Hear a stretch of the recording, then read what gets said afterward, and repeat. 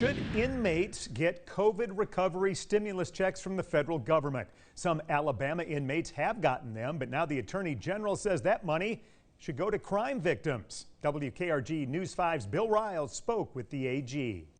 Alabama Attorney General Steve Marshall says as many as 2,000 inmates in prisons across Alabama received more than $2 million in stimulus money, and confirmed inmates were eligible for all 3 rounds of stimulus checks.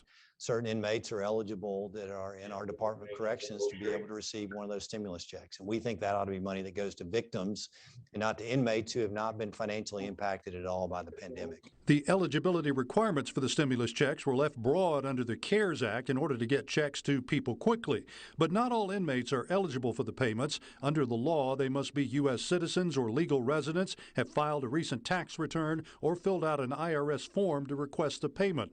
Still, Marshall says he's working through what he says is a significant amount of paperwork, and he's getting cooperation from the Department of Corrections to redirect the stimulus money. And then also with local district attorneys and being able to identify actually how much restitution is owed by those individual inmates. And so I think there's been a very much a collaborative effort, because we believe strongly that victims ought to be entitled to this money, and we want to make sure that we get as much for them as we can. Bill Riles, WKRG News 5.